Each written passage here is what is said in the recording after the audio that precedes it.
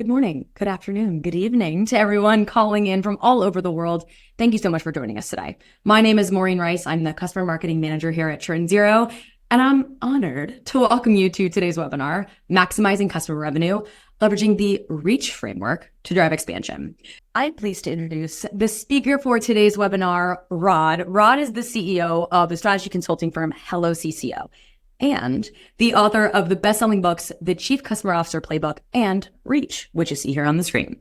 Rod also works with companies to implement the REACH framework, which we're going to talk about today, in their CS or account management organization so they can continue to contribute more to expansion revenue growth. And Rod and I were talking about this before we kicked things off. I'm really excited about today's conversation because regardless of whether your CS team owns expansion revenue or your sales team does, expanding within your customer base is one of the most profitable ways to grow your business, right? For so long, companies have focused on bringing in new business, but it's far more expensive to bring in a new customer than it is to retain and expand within your customer base. I could go on all day about this, but you guys didn't come to hear me talk. So with that, I will turn it over to the star of today's show, Rod. Take it away. Excellent. Thank you, Maureen, and thanks to Churn Zero for hosting this webinar, and thanks everybody for joining us today. I'm really excited to talk about a topic that is super hot and relevant among the customer success organizations, the leaders, the individual contributors, CSMs, and CCOs that I've been talking to over the past couple of months. And I wanted to start with a story. So this is my daughter, Marley. And in early April, we took a visit. She's a high school senior that was looking at colleges. And we took a visit to University of Wisconsin at Madison. It was one of the schools that she got accepted into. And we get there in early April and it is freezing. It's snowing. There's puddles on the ground. My sneakers are getting soaked and burnt. It is just, the weather is just terrible.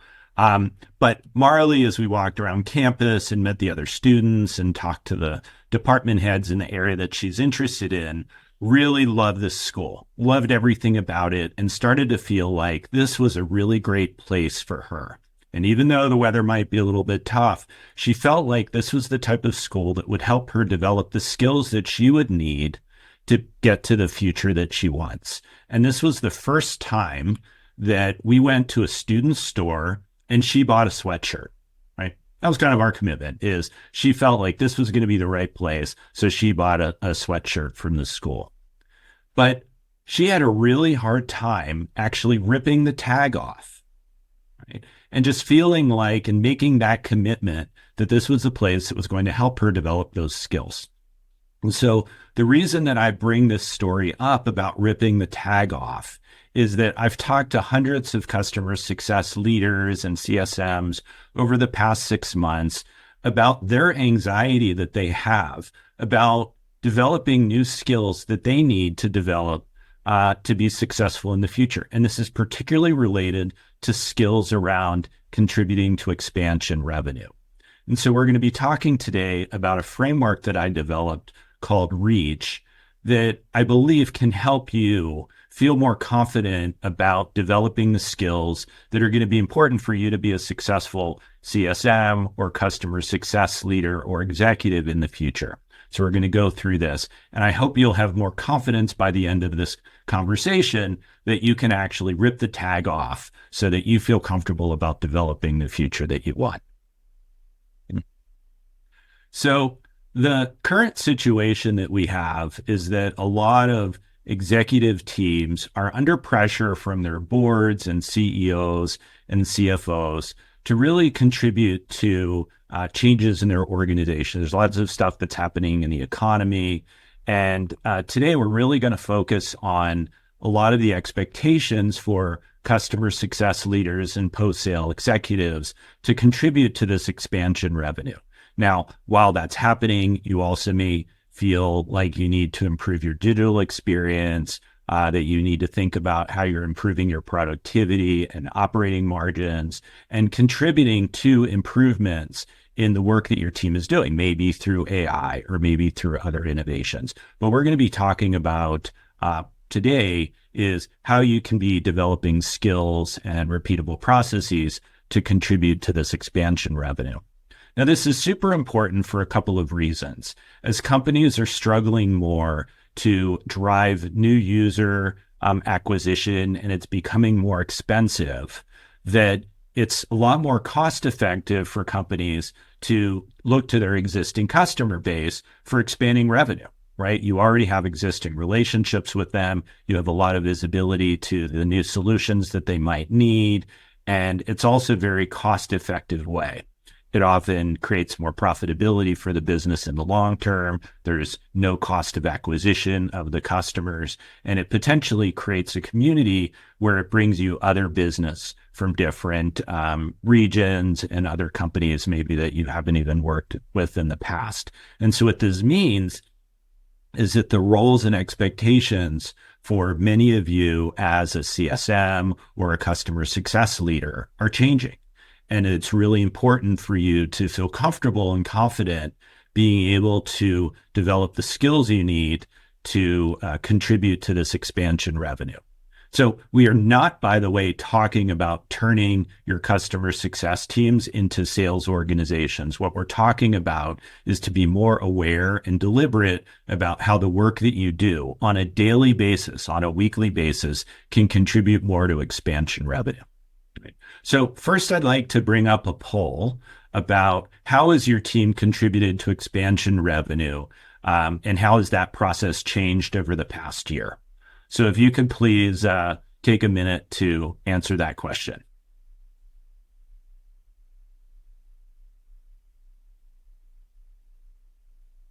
Great. I can kind of see it ramping up that many of you are in situations where the expectation has changed. And I've seen this a lot in the organizations that I work with. I consult to over the past year, dozens of companies.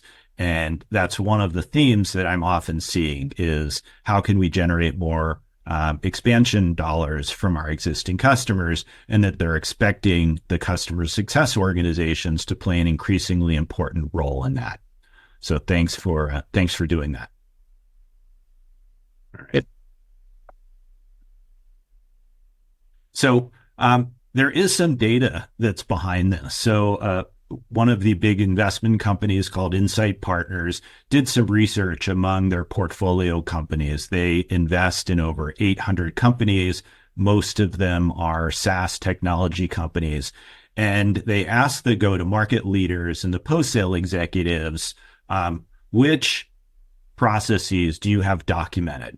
And one of the things they found is 86% of the companies had documented processes around onboarding, 68% had documented and repeatable processes around renewal. But what they found was less than 20% of companies had processes in place for their post-sale teams to help generate expansion revenue, which I find like shockingly surprising that there's really no frameworks and repeatable experiences in place to help you and your teams identify, uncover, and take advantage of these expansion opportunities. And so, my work as a consultant over the past couple of years, and in my career, I've been a CCO, I've been a post-sale executive at companies including Intuit, RingCentral, Marketo, and Gainsight.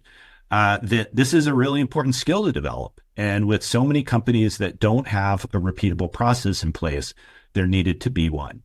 Now, many of our sales counterparts, they do have these repeatable processes and frameworks. Many of them have been trained on tools like Medic or Sandler or Challenger or Spins. But when I talk to folks in the customer success and account management world, there really wasn't a methodology or tool that they used that provided this guidance around expanding relationships. And so with that gap, I started to think about how can I pull together a resource, and what ultimately turned into a book that described this methodology we'll get to, called Reach.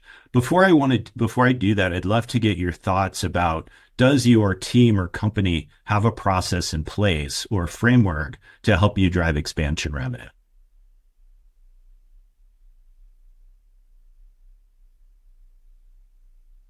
Yeah. And for those of you that have one where you say yes, but it needs improvement, could you enter some information in the chat? Do you use a particular methodology, and do you feel like it's relevant for you? But it's great to see that so many of you have some type of repeatable process in place. And we'll talk in a little while about what that is.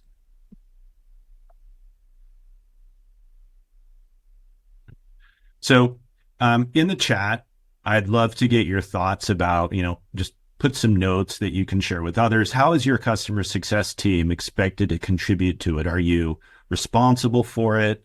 Are you contributing to a sales organization? And what are some of the challenges that you face when you are actually contributing to this expansion revenue? Love to get some of that information in our chat.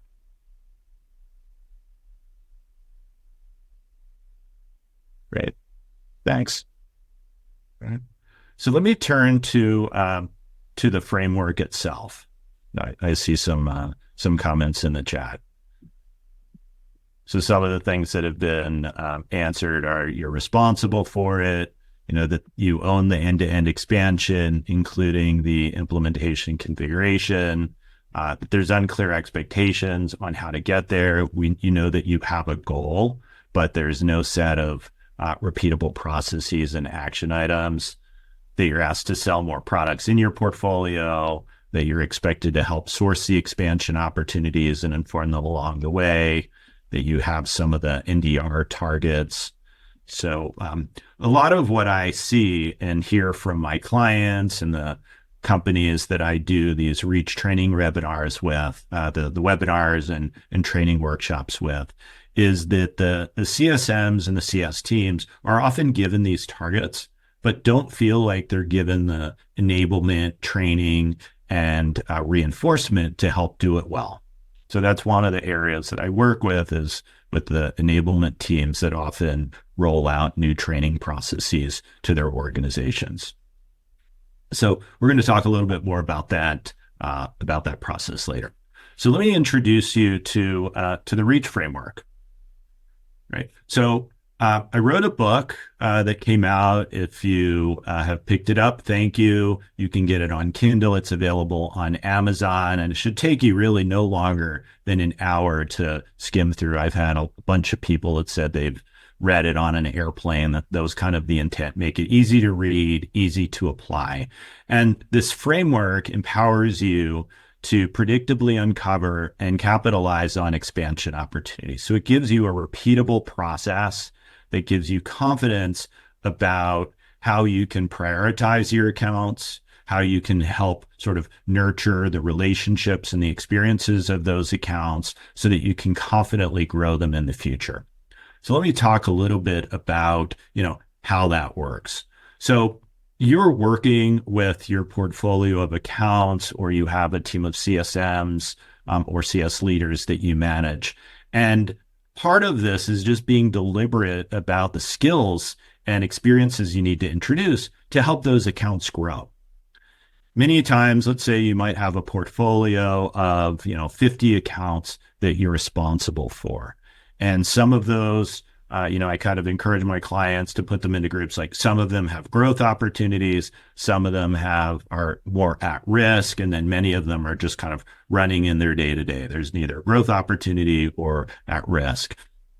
So one of the areas I hope that my clients and you, after you read the book and we talk about this, can take a look at your portfolio and quickly start to prioritize which of the accounts have growth opportunities. So if you were to look at the picture on the left and the picture on the right, think about what are some of the characteristics that you'd see on the left that might make this a great place to start a farm and grow crops. And why would that look like it would be better than on the right? The same thing you can do when you're looking at your portfolio. And that's one of the concepts behind Reach, is what are the characteristics that you are looking for in your accounts that indicate that there is a high growth potential, right? And so on the left, you see that there's a river, there's water, it's flat, there's likely to be easy access to be able to get roads in and out. Where on the right, it looks like it's kind of barren and rocky and hard to get to, and not likely to be a lot of rain. So when you're thinking about prioritizing your accounts, I want you to think about it the same way: is how can you be prioritizing and identifying those accounts where you're growing, right? So the REACH framework is built around these 5 factors that are indicators of growth potential.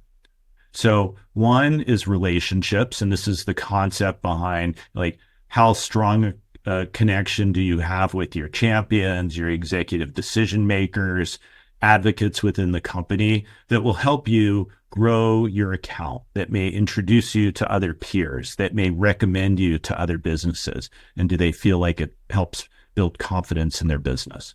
The second factor is how engaged they are. So do they have consistent product usage?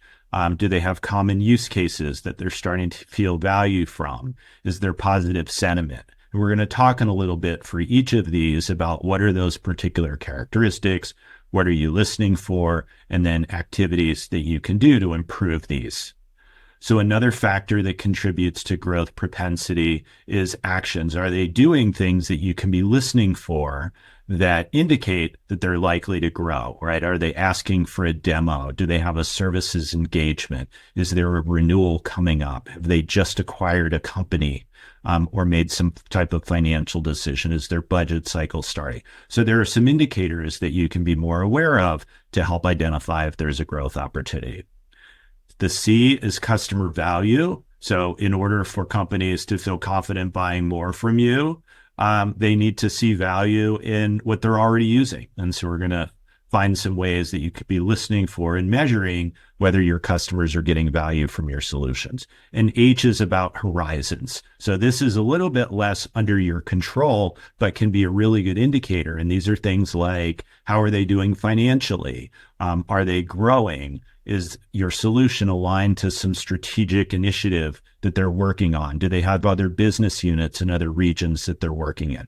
So by this combination of factors enables you to identify somebody's growth propensity and then put in place actions to help you grow in the future. So there's a process when I do my workshops that I outline in the book and when I work with my clients to help apply REACH, apply this expansion methodology to customer success and account management teams. So the first step, and this is a pretty easy set of things I want to talk you through, and this is what I'd love for you to walk away with, is the first thing you do is you can prioritize your accounts by their growth propensity. So just like you may have an account that has a health score that may be an indicator of whether they're going to renew with you, you can also have sort of an expansion score, what I've defined as a growth propensity index, which gives you an indication of how likely a company is to expand with you. So you're going to take your portfolio and you're going to look at your accounts and measure them and group them into different buckets based on their growth propensity.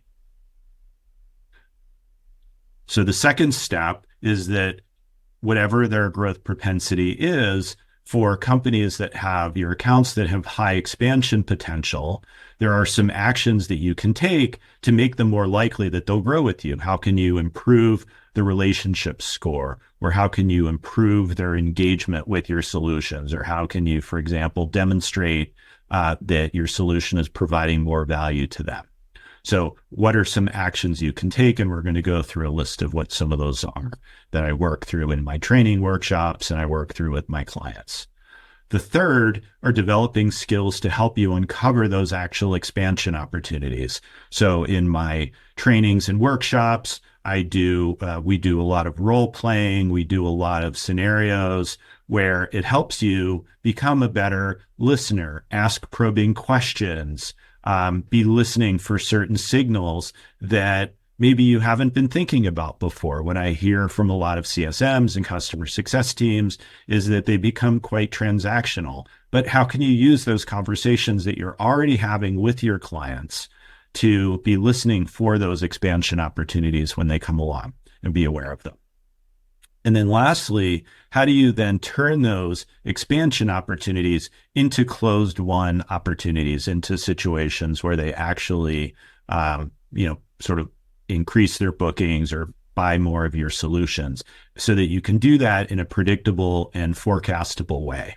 Right. So whether you are responsible or your team is responsible for actually closing the expansion opportunity, or whether you partner with or turn it over to an account manager or someone on your sales team, there's still collaboration that can be critically important to be able to help close that relationship. Right. So this is the process that we use. So what I'd like to do now is go through just one example. I'm not going to go through for each of the factors, but I'd love to go through an example of how you can be thinking about applying this type of concept to your accounts. So we're going to start with the relationship as example. So, I worked at Intuit, and we made products like QuickBooks and TurboTax. And so I'm going to use that as the example. And let's say I was a customer success leader at a company called Grammarly. So this is one of the AI solutions that get sold to companies to help with grammar and spelling and recommendations for having your content be clear and more consistent. So let's think about what that might look like in this concept of relationships. So when you're thinking about how would your customer, how would Intuit score if you were Grammarly in terms of developing relationships, there are a number of indicators when you're trying to come up with like a relationship score. Do you have regular strategic interactions with them? Does your champion feel like using your solution and rolling it out their organization is good for their career growth? I think this is a very underappreciated value. Are they using it, but they feel like it's good for them in their career? Do they feel like they can be an advocate? Are they telling other people about the value of your solution, about how to use it, about use cases? Are they able to share results that they're getting? Not just should they buy Grammarly, but are they, writing clear emails? Are they finding that it's useful in their daily work? Then you think of ways that they can be sharing it with other organizations at an annual sales kickoff, or somebody talking about results that can then be attributed back to how your solution's helping them. And maybe there's ways that you're getting them involved in events or speaker opportunities or in customer interactions. So in my, both in the book and when I do my training workshops with clients, we come up with a scoring methodology for each of these 5 factors. So the example that we have is, where is your customer today on each of these 5 inputs to coming up with your expansion score or your growth propensity index? And let's say in this example, the relationship score was 2, based on, the scoring methodology. And you'd be thinking about, well, what are how would you evaluate that? What are the questions that you're listening for?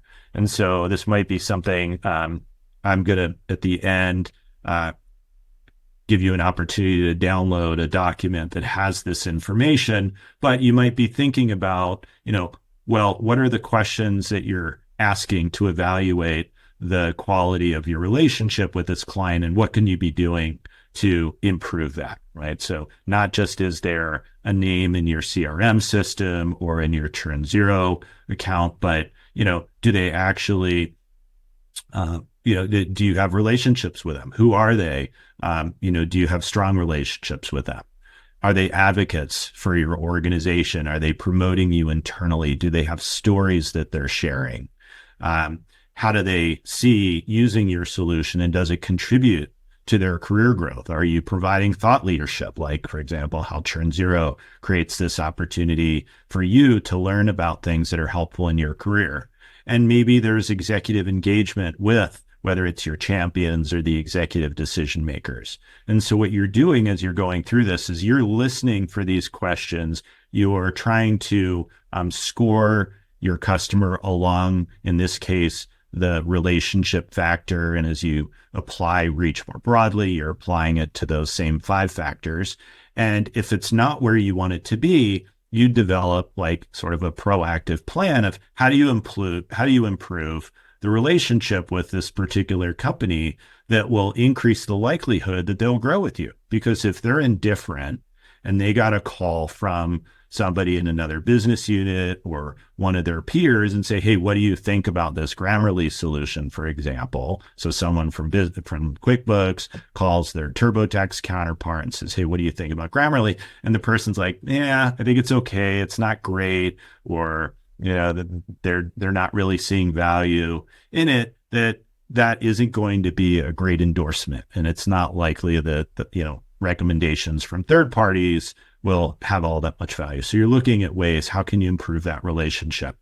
And so when I do this with my clients and in their workshops, we then have plays, like what are some of the steps that you can be taking to improve your relationship score with this client as it helps drive their growth propensity. So what are the steps that you can do to create these vocal advocates? What are steps you can do to help diversify perhaps your champions? And all of this these are some examples that are generic, but when I work with my clients, we put together these action items that are a little bit more specific to their companies. But what are the things that are most important for them? Maybe having multiple champions, doing things that help them develop their career. So, maybe giving them opportunities to highlight results, make it easy for them to show ROI, doing things that demonstrate that you're a good strategic partner. And then there are often times where, for example, you might want to engage your executives if you have certain customers that warrant that. So this is just more of an example of, for each of these factors, being able to understand where your customer is today and what actions you can take to help them improve, help them feel more comfortable that these inputs, these factors that contribute to driving growth, that you're affecting. Right? And so what this looks like, when you apply this across all of these 5 factors, is you can take a look at where your customers are today in each of these 5 factors, identify which ones you want to improve and need to improve to make them more likely to grow with you, and then be able to tie this back to the outcome. So for example, if you need to improve the relationship and maybe the customer isn't finding value from your solution, that you can be putting in place and working with them very deliberately in your CSM interactions or in your day-to-day to help them understand the value you're getting from the solution, or help them diversify the relationships at the company, or help them become stronger advocates internally. The whole purpose is you're becoming more purposeful in your interactions to make this customer more likely to grow with you in the future. And you're also then along the way listening for those expansion opportunities. So what this might look like in your system is for each of your accounts, you can take notes about, where a customer is, what might be your score for each of these 5 factors that together, when you average them, would give you a growth propensity index. And then you can have a summary of the notes and the action steps that you're taking. What this also enables you to do in the visual on the right is to sort these so that you can identify which companies have high growth propensity and high growth potential and focus on those. And then for customers and accounts that have very low growth propensity and low potential for growth, you just don't have to focus on them. Because the idea is not that you're spending 1/50th of your time with each of your 50 customers or however many you have in your book, but that you are able to prioritize where you're investing your time to help achieve the results that your company needs, which in this case is helping to contribute to expansion revenue. And in other situations, obviously addressing risk for churn and downsell is likely another high priority for you. So that basically takes us through an example with the relationships, and I'll just highlight a couple of examples for the other factors in reach that you can be thinking about. If nothing else, you don't need to read the book, do the training, but if nothing else, this process can give you a structure for thinking about how you interact with your clients. These 5 things: relationships, engagement, actions, customer value, and horizons is a really great structure when you're thinking about, does this customer have growth opportunities? So think about if you were trying to describe that to your manager or in some type of forecast meeting, it at least gives you these 5 things to think about, right? So engagement is related to, are they using your solution? Do they have lots of use cases? How do they feel about it? Are they kind of poking around to see what's new and what's different and how it helps them in their business? The actions are things that are that proactive things that you might be listening for that indicate that they would be a good candidate for expansion. Or do they have a renewal coming up? That's when people open their budgets. Have they asked for a demo, or have you recommended a new feature that's coming out or a new solution that can be something that they can draw on? And also another good example is, have they grown with you, right? So a company that has previously expanded their relationship has already demonstrated that there's a process for them being open to signing up for new things and trying them out, right? So these are some of the actions. Customer value is all about, understanding how they define it, being able to play it back to them. Can they quantify the value, and is it measurable? And also, is it integrated into basic workflows that they have in their business? So how important is it to them? And then lastly, this concept of horizons, as I mentioned earlier, is a little bit less in your control, but it's still an area where you might be able to put customers in a bucket of like high growth potential or low growth potential. So for example, if you're dealing with like a multinational company where there are other business units that have that same need for the solution that you're selling in a different group, you might say, hey, there's other business units that could benefit. Are there other regions? Are there other use cases? Is it aligned to them strategically? You're thinking about, are they financially strong? So do they have challenging budget issues? So, these are some indicators that would be able to put the customers into a certain bucket. So what this helps you to do is, when you take a look at these 5 factors, is putting together an account expansion plan. So for your accounts, you can think through, what are these 5 factors? And based on these considerations, what are some of the areas that you can prioritize, right? Like over the next 2 months in working with a particular customer, here's what you're going to work on. Now, maybe there isn't an immediate expansion opportunity, but nonetheless, that if you improve your relationship or you improve their engagement with the product in a certain way, it is going to make them more likely to buy a solution in the future. And in some cases, you may have an opportunity that is already available. So what I work with my clients on, and we do in these kind of working sessions and role-playing exercises, is take particular accounts that they're working on and then build this action plan. Because in most cases, the customer success team members actually know this stuff. They just don't have a good way to structure it and organize it. So by coming up with your action plans, identifying what some of the obstacles are that you may need to overcome, and doing this in sort of a rigorous and quantitative way, it helps them make a lot of progress. And so what you're doing is then thinking about, what are the So you have this account expansion plan that you're putting together. And the idea is, now that you've identified your high priority growth accounts and you're able to focus on them, you now have this account plan that you're able to pull together.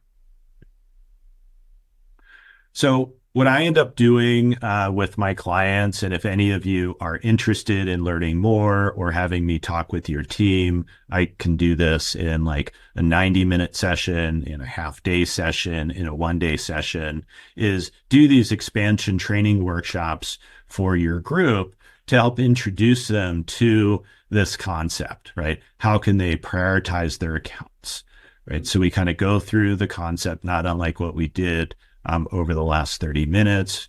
We talk about how can you assess particular accounts and understand their growth propensity, and then prioritize which accounts you should be focusing your time and resources on. Then we do role playing to help uncover what the specific expansion opportunities might be. What are the questions you can be asking? What are the signals that you can be listening for?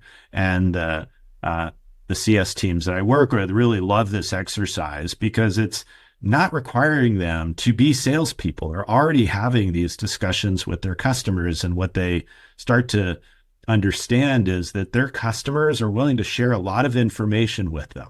And it's not like you're interrogating them. It's just part of your conversation about asking, are there other businesses that, or other peers that they work with that have similar needs? You're listening for, have they acquired a company? What are some of the strategic changes that are going on? How can they be using it more for other use cases? So you're kind of doing that. And what we then do is we turn that into examples of account expansion plans. So we take specific accounts, we go through this exercise, and at the end of it, it gives them something very specific they can do with particular customers to help drive the expansion. Again, regardless of whether they're responsible for actually closing the expansion opportunity or just helping to listen for and uncover it and sharing information with their sales counterparts or their account managers. A lot of this is built around improving the communications across teams. So I'd love for you to, in the chat, if you can, think about these reach factors and maybe think about a particular account. And, maybe, for example, in the relationship, since we spent time talking about it, what are some specific actions that you could take to improve the relationship with this particular client?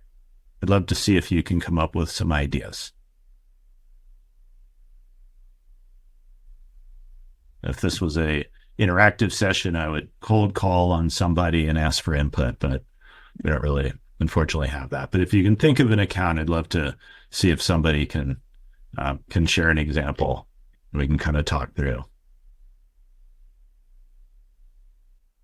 If nothing else, come up with an account and think about, what could you do? Is there a person that you are working with that you think can become more of an advocate for you? And how can you build that? All right. So we have a couple, identify the stakeholders, working with their primary user who's not the decision maker. And I think that happens a lot where the person who is sort of like that internal champion doesn't necessarily make the budgeting decisions.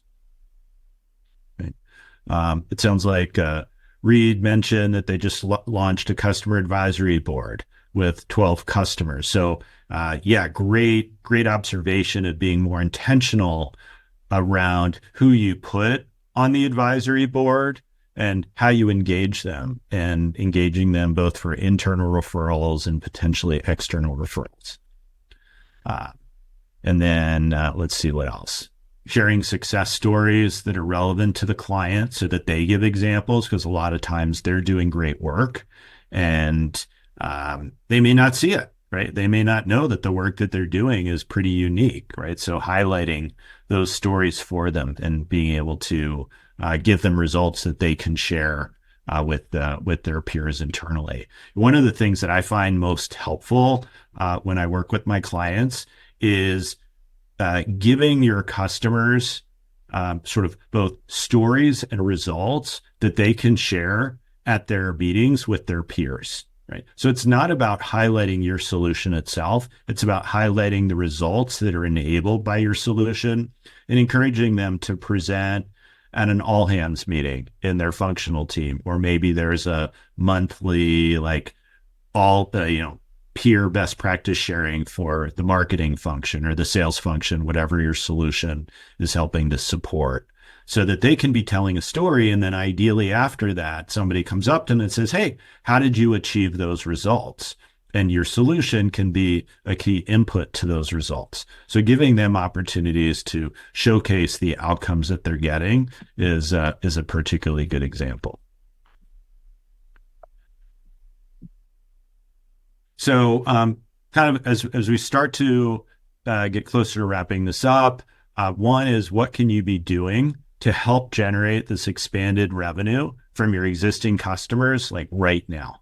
And putting in place a little bit of a structure for how you think about working with your customers to prioritize them, um, help figure out which ones have this growth potential, and then doing deliberate things to move customers along and make them more likely to grow with you.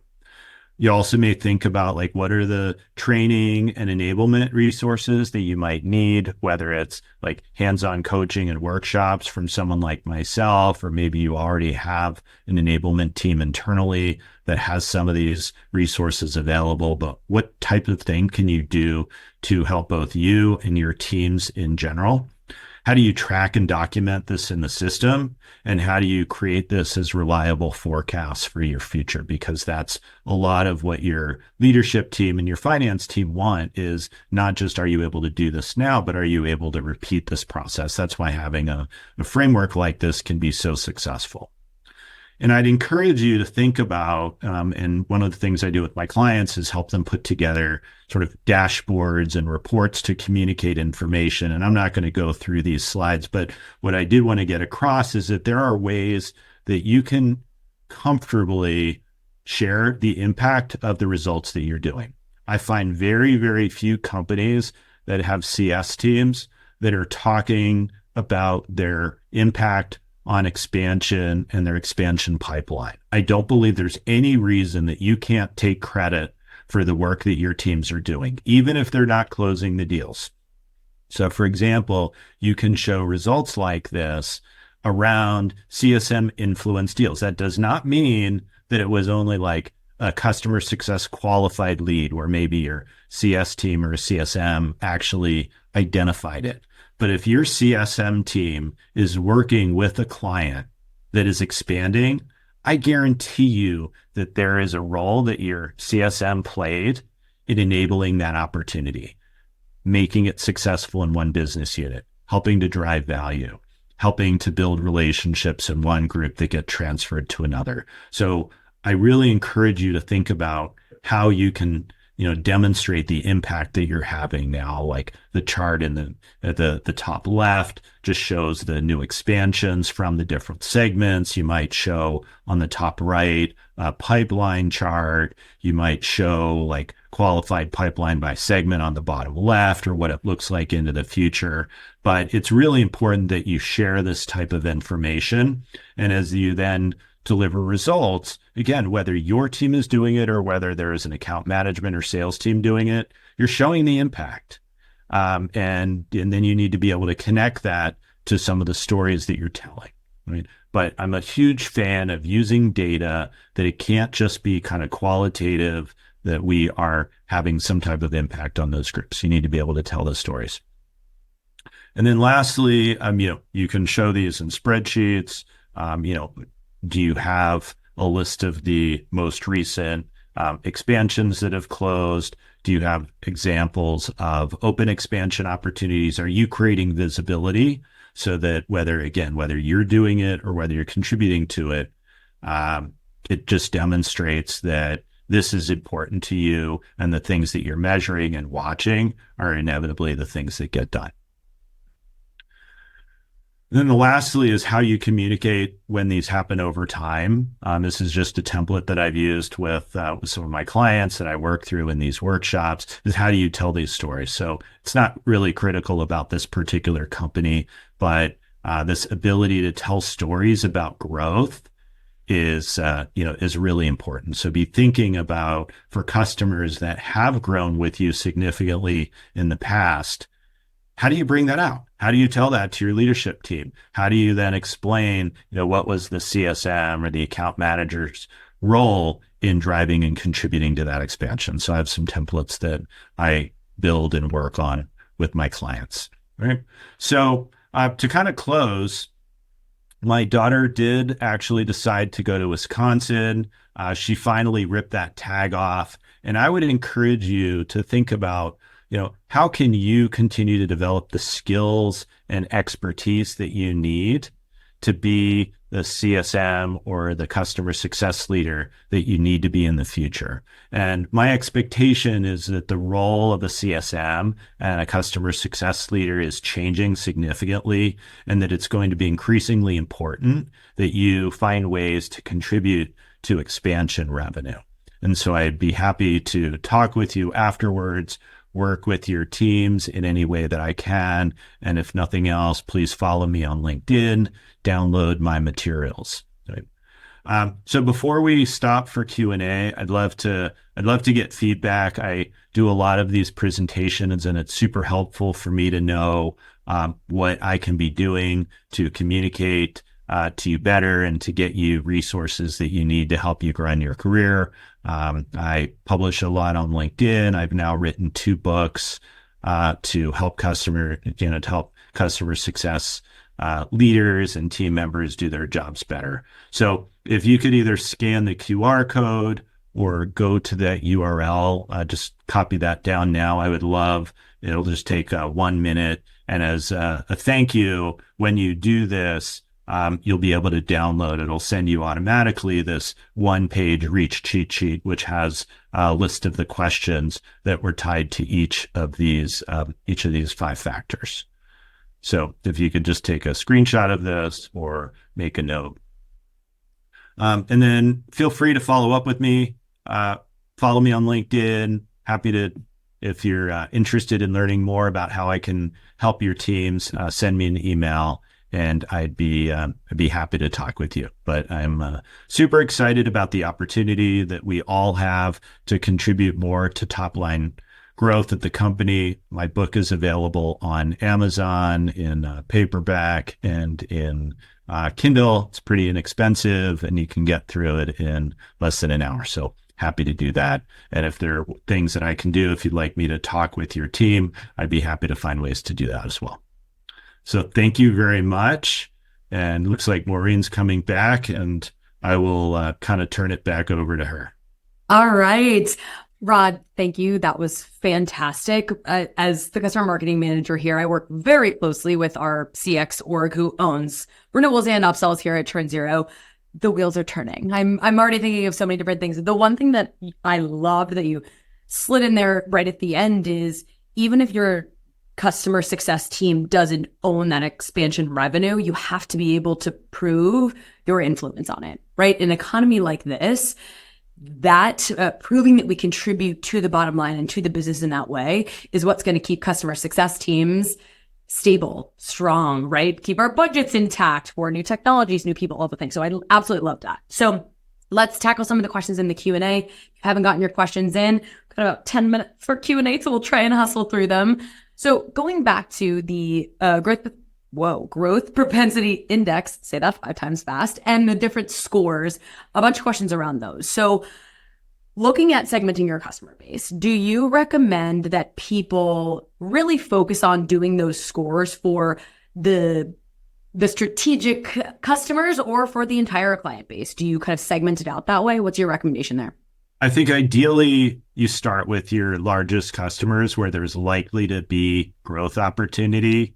And then once you do that, you identify where the gaps are. So the whole concept here is around, is there a framework to help you prioritize where you spend your time? So I hear a lot about CSMs. They feel like their book of business is so large. It's likely that will continue to grow in the future as, leaders are like a little bit less reluctant to grow headcount and as businesses still continue to grow. So you need to figure out where you spend your time. So Start with applying this to your strategic or enterprise accounts. And you can figure out what are the gaps? Which of those actually do have growth opportunities and where can you focus? And then maybe less initially on your smaller or SMB accounts where there's probably likely to be a little bit less expansion opportunity in some areas. But obviously it depends on what your business is. But that's where I'd recommend that they start. I love that. So kind of going off of that, no one wants to add more manual admin work, although there is so much value in these. Some curiosities around how are these scores actually calculated, right? Is it on the CSM, the account team of each of these accounts to literally in all 5 of these areas say oh, I think this one's a 4.5, or are those calculated automatically? Have you seen customers or even yourself have been able to automate that in some way? Right. Well, currently it requires the CSM to have a point of view about those scores, but I'm also talking to some companies that make software and have AI solutions so that it may be able to read the information out of your transcripts or your notes or support cases and automatically score your customers along each of those 5 factors to come up with a growth propensity index that is a little bit more automated. So I'm really excited about that opportunity because now that there's like a scoring methodology, there's a framework for it. How does it become less dependent on what the CSM remembers about their interactions with the customer or their own assessment in a way that you can do it a little bit more systematically? So more to come on that one, but I'm really excited about where the industry's going. Very exciting. Love the advances. Okay, so looking at the scores themselves, right? The methodology behind them, what's going into them. How often are you revisiting those, or are they pretty static, or are these changing bi-monthly, quarterly, annually? What does that look like? Yeah. Well, I think the biggest benefit comes from initially doing it to identify where the customer is and where they're going. And for some of my clients that have built it into their systems, there's a field for the score itself, and then there's a field for the notes that enable them to keep track of like, well, what are the action items that they're putting in place to actually move them. So I don't have a strong point of view, like, does the score need to be updated, every week or month? I think the actions should be updated every week or month. But the biggest step is how to identify customers into different groups where there's like high growth potential. I really need to focus on them. There could be high growth potential if I address certain challenges in their experience or their relationships or their value. And then often a large group of customers where there's just not a lot of growth opportunity. And so take those off the table. So getting that into a bucket is helpful. I don't know that there's a material difference between like a 4.5 and a 4.2. It's just, sort of directionally helpful in terms of knowing where to spend your time. Yeah, no, I love that. 4.2, 4.5, we're splitting hairs at that point to an extent. Okay, so I know that technology is advancing in so many exciting ways to give these accounts these scores. Have your clients, have you worked with anyone to maybe not the entire framework, but pieces of the framework? Once you've identified what the actions and different things are, have you been able to work with clients to build them into more of a proactive kind of health score or alerts or different things like that versus it being almost a lagging indicator like the CSM had to remember to do it?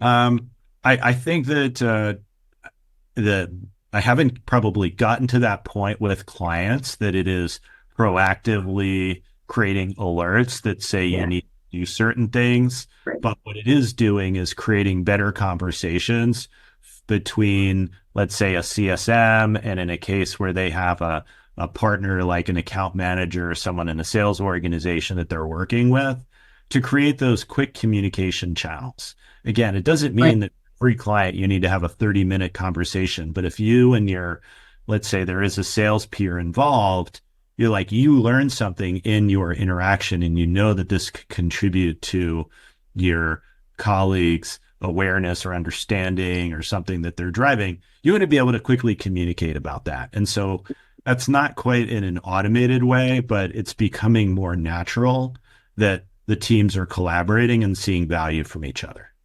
Yeah. Well, I love that. Another question that just came in, which I really, really love. Do you have any advice when different pieces of the REACH are wildly different, right? So the question that was asked here is when the rescore is high, the satisfaction around the product is low, how do you tackle that? Like there are only so many favors you can ask. I sort of two questions as part of this. Like, do you feel that the R is more important than the C? I wouldn't necessarily say that, but like, are there pieces of it that are more impactful and should be focused on more? Yeah, I would say that the relationship piece is super critical and the customer value piece is super critical. And an input to that customer value is satisfaction with the product, right? Which prevent them from using it or achieving the outcomes they want from it. So I think those tend to be the ones that are the leading indicators. Like if you don't have a good relationship with your whatever your like power user or internal primary champion, Mhm. that's not going to be super helpful because they're not going to advocate for you that they want to use it in more use cases or more parts of their business. Or if your executive buyer, has strongly negative feelings toward your solution. And then the same way, if they don't feel like they're getting value, they're using it, but it's not mission critical or it's not helping them achieve the ends that they bought it for, it's also hard to overcome that. So that's where if you can focus your time on resolving those issues, like it's just fundamentally your product's not good. That's a different issue. But if there Yeah. are situations that they're running into, how can you get over that? Because you can often use these service recovery opportunities to demonstrate that you're really committed to helping them, run your solution in their business. Yeah. I love that. And it's actually a great segue to another awesome question here from Jessica. Is there an expedited version of the REACH framework for, let's say, like Hail Mary, end of quarter, gotta get it in to meet quota? That's a good question. I suppose this was sort of intended as a deliberate process that Right. enabled not just close deals in this quarter, but if you're setting yourself up for, well, they're not going to buy this quarter, but over the next 2 to 3 months, I'm going to help them explore these additional use cases, show them value so that in Q4 of this year, they'll be more likely to buy. I often find that teams have a really hard time forecasting expansion, Yeah. anything outside of this quarter. But when I've done this with my clients, they actually can put this on a timeline. They're like, this customer is Interesting. not going to grow this quarter, but here's what I'm doing over the next 2 to 3 months. And that will position us for growing in Q4 or Q1 of next year. Right? This is not an immediate. We obviously Right. close something right now. I'm not sure that this was intended. I mean, you could use the same concept of like, Right. what's the gap to overcome immediately? Mhm. And in these types of workshops, I do like, well, what are the signals that you're listening for uncovering a new expansion opportunity? I'm not sure that it's really built around like, you've already got an opportunity. There's already a dollar value. How do you close Yeah. the sale? Totally get that. And it makes a lot of sense that like it's definitely helpful in the short term. It's like, okay, if I need to get this in, like it makes you sit down and think what are the things that need to what are the gaps, right? At the bare minimum. So I love that. We're coming up on time and I want to make sure that you guys are able to get out to your next meeting. The Rod, if you could go to the next question for me. And there are so many great questions still in the Q&A. I wish we had more time to get to them. If we didn't get to your question today, please connect with Rod. Clearly, he loves to chat about this stuff. This is what he does day in and day out, working with customers and businesses of all different shapes and sizes. So shameless plug here. Churn Zero, if you guys don't know us, we are a customer success software platform. For, I believe this is the 5th year running now, we run a survey industry-wide of customer success leaders, the technologies they're using, their team structures, their budgets, all of that and then some. So if you are a CS leader in the room, if you've got CS leaders around you, I'm putting in the chat right now a link to our customer success leadership study.